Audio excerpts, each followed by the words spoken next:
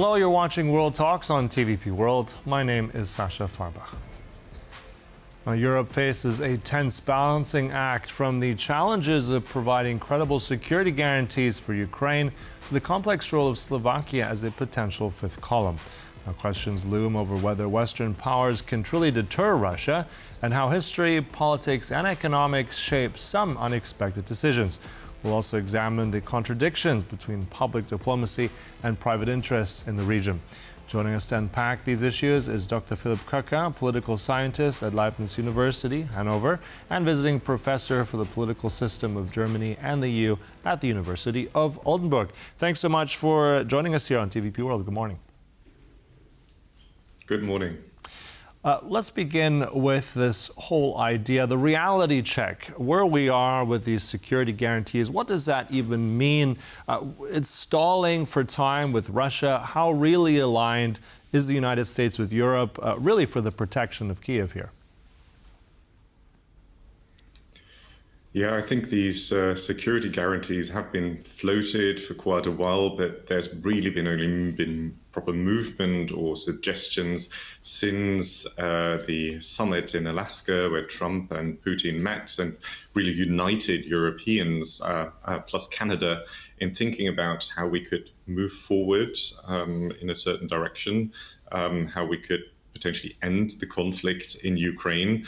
But what we can also see from the different suggestions that have been floated, there isn't really a proper agreement between different parties or proper ideas of what to do. The Canadian Prime Minister said that maybe there could be Canadian boots on the ground in Ukraine. But I think that's, for example, something that Russia will certainly oppose, and also a lot of European nations will be very wary of actually sending their military into Ukraine, even if it is after an agreed ceasefire or completed peace talks. Mm-hmm. Yeah, as you said there, it's a whole understanding, or rather lack of understanding, what security guarantees even mean here. You said that some countries are floating the idea. We've been floating this idea of boots on the ground for some time. We're still not anywhere closer to it. But what other sort of forms could these security guarantees take? I mean, the U.S. has also ruled out boots on the ground. What are some potential scenarios that could work if it's not only a peacekeeping force in the region? Well, for example, we could think about a new and better edition of the Budapest Memorandum from the 1990s, where Ukraine gave up its nuclear weapons in exchange for security guarantees, meaning that Russia would not invade or question its territorial integrity. And this time around, maybe one could think about certain mechanisms that would automatically trigger a response from the West if Russia would violate this agreement. This might not necessarily be a military solution, but perhaps certain sanctions, economic sanctions that would immediately enter into effect if there was any violation of this memorandum. I also think this is the most realistic option, going the economic sanction way. The Russian economy is threatened by the current level of sanctions, and it's actually suffering from Western sanctions. And I think keeping up this threat could really be a way forward here. Mm-hmm. I want to touch on that a little bit, because that memorandum you mentioned, the Budapest Memorandum, that actually was supposed to guarantee security for Ukraine when it was realized. That's one of the criticisms now, that the Ukrainians are disappointed that didn't hold. At the same time, I mean, now that we're looking at NATO membership for Ukraine off the table, Trump has bluntly said that's not happening. Floating this idea of Article 5 type protections for Ukraine. I mean, Article 5 in itself already slightly ambiguous if we look at its actual, let's say, how it's activated. Would that even hold up in any case? Yeah, I think Article 5 style protections sound very good now, but actually looking at the current Article 5 in the NATO treaties already shows that it's not necessarily a mechanism that would work or that could be put into action very quickly should there be any kind of attack on NATO or any of its member countries.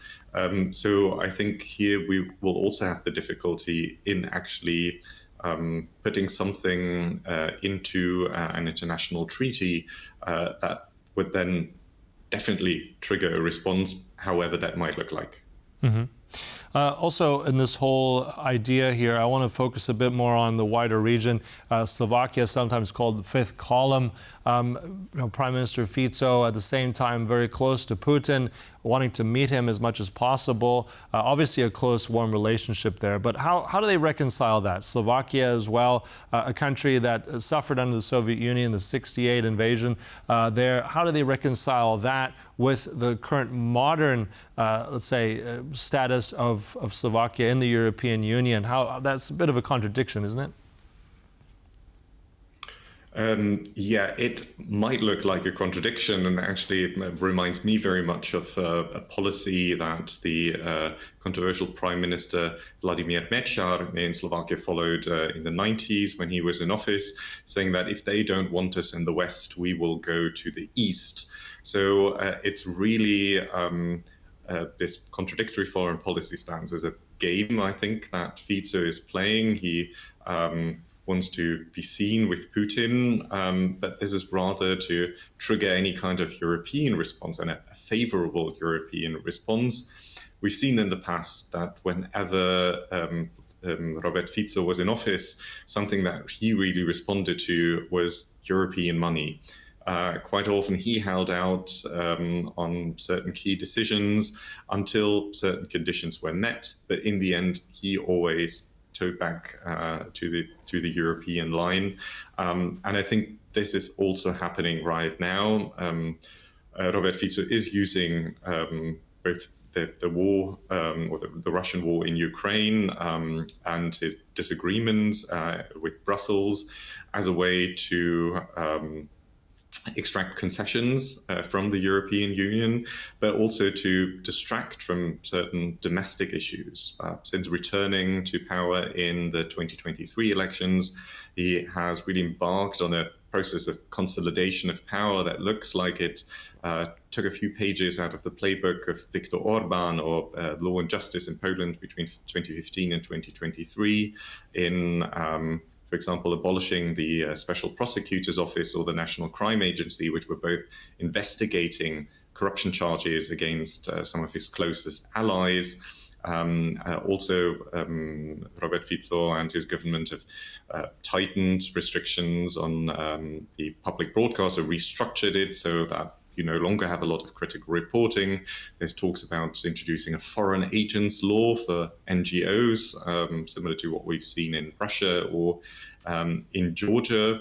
And so I think using this, or at least using Ukraine, the war in Russia, conflict with Brussels, is really much more about domestic politics than it is about an actual foreign policy stance. Mm-hmm. I want to jump in on what you said, the key word of money. I mean, this is also something that Fico has said, and basically about, quoting here, not a single bullet to Ukraine. But at the same time, Slovakia's domestic and international arms sales really are booming at this point. So how does he square that one? Yeah, Robert Fico has said that the government would not supply any weapons, any bullets to Ukraine. But then on the other hand, he said, oh, well, companies are free to do what they want. And this also has to do with the economic situation in Slovakia. The Slovak economy is very export-oriented, mainly exporting cars that are produced by different companies. But of course, demand has slowed down over the last years. And actually having an industry like arms and weapons that does well, that does export, is really an asset here. So it's quite logical, at least in an economic sense, not to intervene here. Mm-hmm. But just to close really briefly, I mean, do you see him here continuing to play both sides, Philip, or is this something that he will end up going towards the European main line here? How do you see it play out in the next few months, just briefly at the end? I think he will try to continue to play both sides, but in the end, I think we can expect that he will align with European partners on most key issues and decisions. All right, so we'll be watching that one closely as ever for our region. It matters. So thank you for that. We'll close it there. Much appreciated. Dr. Philipp Köker there. Appreciate your time today. Thank you. And thank you for watching World Talks. There's much more coming up right here on TVP World, so don't go away. Goodbye.